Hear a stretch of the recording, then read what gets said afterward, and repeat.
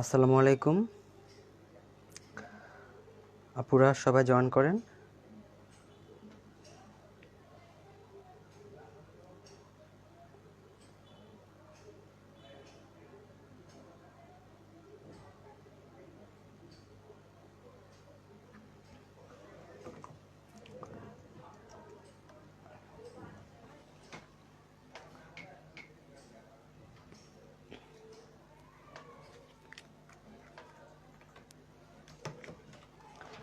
হ্যাঁ, ওয়ালাইকুম সালাম। সবাই চলে আসেন। সবাই চলে আসলে ক্লাসটা শুরু করে দিব আজকে। এখন বাজে হচ্ছে 3:12 বাজে। তো 3:15 পর্যন্ত অপেক্ষা করি, এর মধ্যে সবাই চলে আসুক, তারপরে শুরু করছি আমি। তো আজকে আমাদের ক্লাসের বিষয় হচ্ছে, সবাই জানেন যে ব্লক প্রিন্ট। আজকে আমরা ব্লক প্রিন্ট শিখব আজকে এবং কালকে 2 দিন। আমাদের হাতে 2 দিন সময় আছে। তো আমাদের সূচিতে যা যা ছিল আমরা সবটাই চেষ্টা করব এই সময়ের মধ্যে কভার করতে।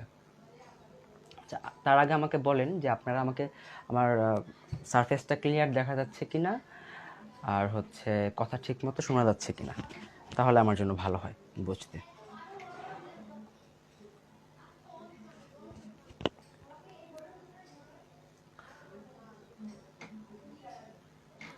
না, ঠিক আছে। নাসরিন সুলতানা পিঙ্কি আপু আমাদের গ্রুপে মডারেটর আছে এবং আরেকজন অ্যাডমিন আছে, ওনারা আপু পেজে। সুতরাং আপনি আপু ডাকলে কোনো অসুবিধা নেই, কারণ ম্যাক্সিমাম রিপ্লাই ওনারাই দেয়। আমি মাঝে মাঝে একটু ফলো আপ করি আর কি। সেটা যদি ব্লার মনে হয় তাহলে একটু নিজেদের নেটওয়ার্ক কানেকশনটা একটু দেখে নেবেন। আর হচ্ছে ক্লিয়ার দেখা যাচ্ছে কিনা সেটা আমাকে একটু জানান।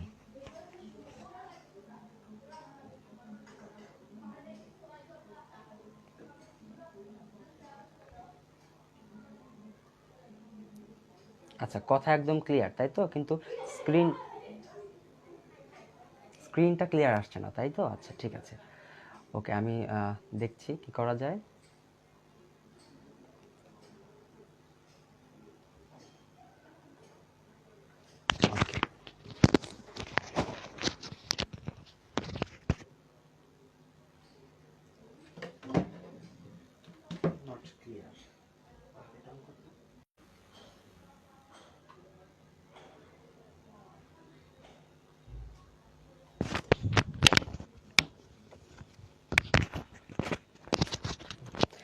এখন ঠিক আছে কিনা একটু বলেন। এখন ঠিক আছে? একজন লিখেছে এখন ঠিক আছে। ওকে, ক্লিয়ার, ঠিক আছে। তাহলে আমি বরং শুরু করি। ওকে,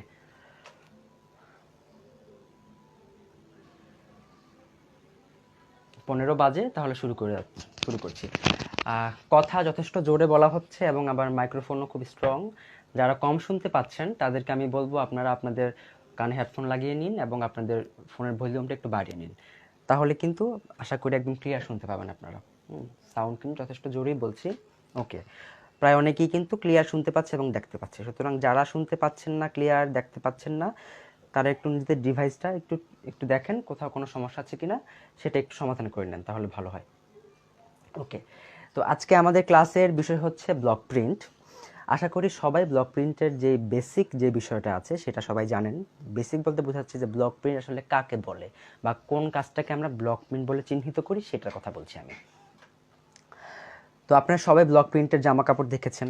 শাড়ি আছে, ব্লক প্রিন্টের শাড়ি হয়, ব্লক প্রিন্টের 3 পিস জামা, ফতুয়া, পাঞ্জাবি, অনেক কিছু হয়। ইভেন বিছানার চাদর থেকে শুরু করে পর্দা, কুশন কাভার সব কিছুই হয়। তো আপনারা সবাই দেখেছেন আশা করি। তবুও আমি যেটা করব, আপনাদেরকে ব্লক প্রিন্টের যে একটা সংজ্ঞা আছে, ডেফিনেশন আছে, সেটা আমি আপনাদেরকে বলছি। সেটা হচ্ছে নকশা করা কাঠের ব্লকের সাহায্যে কাপড়ে রঙের ছাপ দেওয়ার যে পদ্ধতি, সেটাকে আসলে ব্লক প্রিন্ট বলা হয়। আমি আবারও বলছি, নকশা করা কাঠের ব্লকের সাহায্যে কাপড়ে রঙের ছাপ দেওয়ার যে পদ্ধতি, সেটাকে ব্লক প্রিন্ট বলা হয়। তো শুরুতেই আমাদের কি আসলো? নকশা করা কাঠের ব্লক, তাই তো। তো নকশা করা কাঠের ব্লকটা কি সেটা আমাদের জানতে হবে। তো আমরা যেটাকে বলি হচ্ছে আপনার ডাইস বলি যেটাকে, সেটাই হচ্ছে ব্লক। তো দেখতে পাচ্ছেন আপনারা এখানে, আমাদের এখানে ডাইস আছে বা ব্লক, যেটা আমরা যে নামে ডাকি না কেন, এটা হচ্ছে কাঠের ব্লক। তো এই ব্লকগুলোর সাহায্যে আমরা কাপড়ে রঙের ছাপ দিব, তখনই কিন্তু এটা ব্লক প্রিন্ট হবে। মাঝামাঝি আছে? ওকে।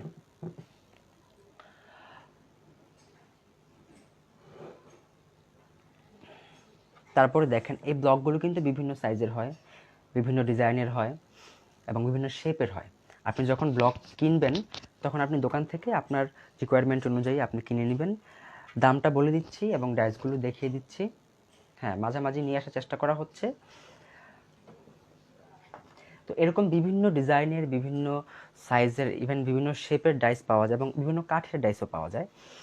তো সেগুলো আপনি যখন কাজ করবেন, যখন আপনি ডাইস কিনবেন, তখন আপনি যখন মার্কেটে যাবেন ডাইস কেনার জন্য, সেই সময়টায় আপনি আপনার রিকোয়ারমেন্ট অনুযায়ী, আপনার বাজেট অনুযায়ী, আপনার ডিজাইন অনুযায়ী অবশ্যই আপনি ব্লকগুলো পছন্দ করে নেবেন। যেমন দেখেন এখানে আরেকটা ডাইস আছে আমার এখানে।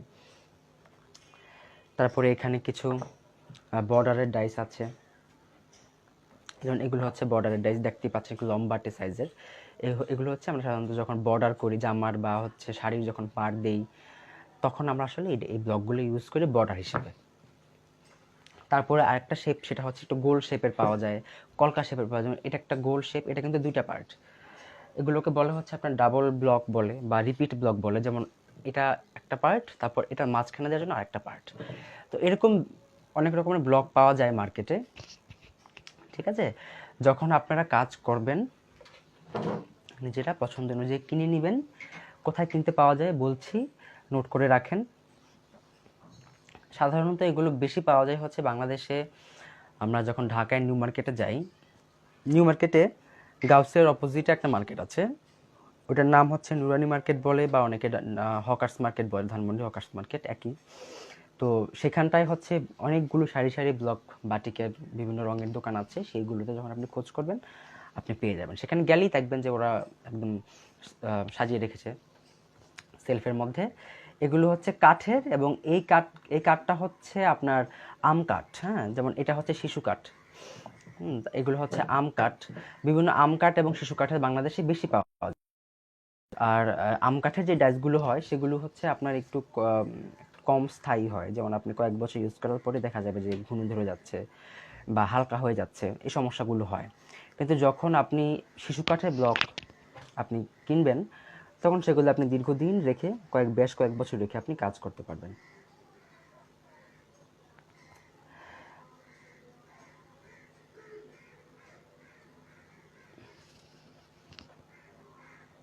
ওয়াইফাইটা অফ করো।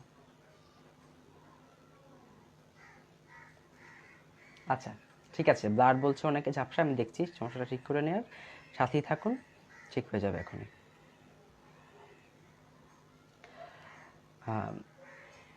ক্লিয়ার হলে আমাকে একটু জানাবেন, তাহলে আমি আবার কন্টিনিউ করছি।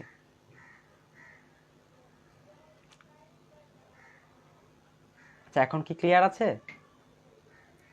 ক্লিয়ার আছে কি না একটু জানান। ওকে, কথা আস্তে শোনা যায় তাই কি? ওকে, আমি মাইক্রোফোন চেপে ধরছি, তাহলে আমার মনে হয় কথা আস্তে শোনা যাবে।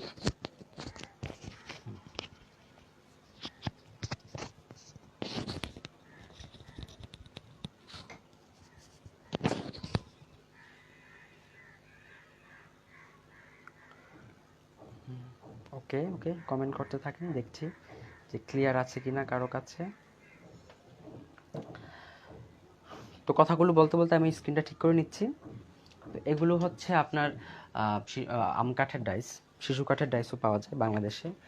যদি আপনি অর্ডার দিয়ে ডাইস বানাতে চান, সেক্ষেত্রে আপনি আরও আপনার যদি পছন্দের কোনো কাঠ থাকে আপনি সেই কাঠ অনুযায়ী কিন্তু বানিয়ে নিতে পারবেন। ধীরে ধীরে সব কিছুই বলছি, সবাই সাথে থাকুন, ধৈর্য ধরে অপেক্ষা করুন।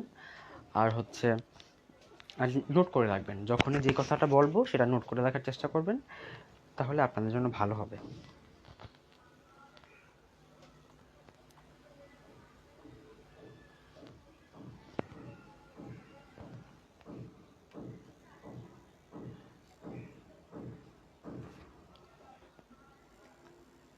এখন কি ক্লিয়ার হয়েছে আপুরা? একটু যদি আমাকে বলেন আমার জন্য বুঝতে সুবিধা হবে এখন ক্লিয়ার আছে কিনা।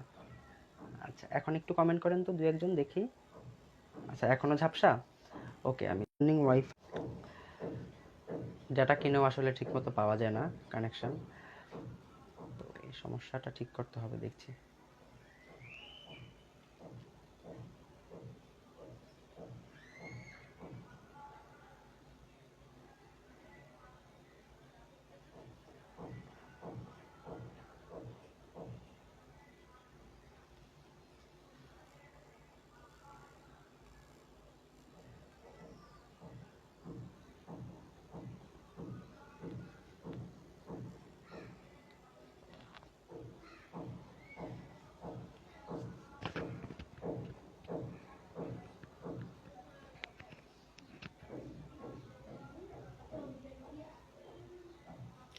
আচ্ছা, আমি তাহলে একটা কাজ করি, সেটা হচ্ছে আমি এই লাইভটা ডিসকানেক্ট করে আমি আবার নতুন করে আসছি।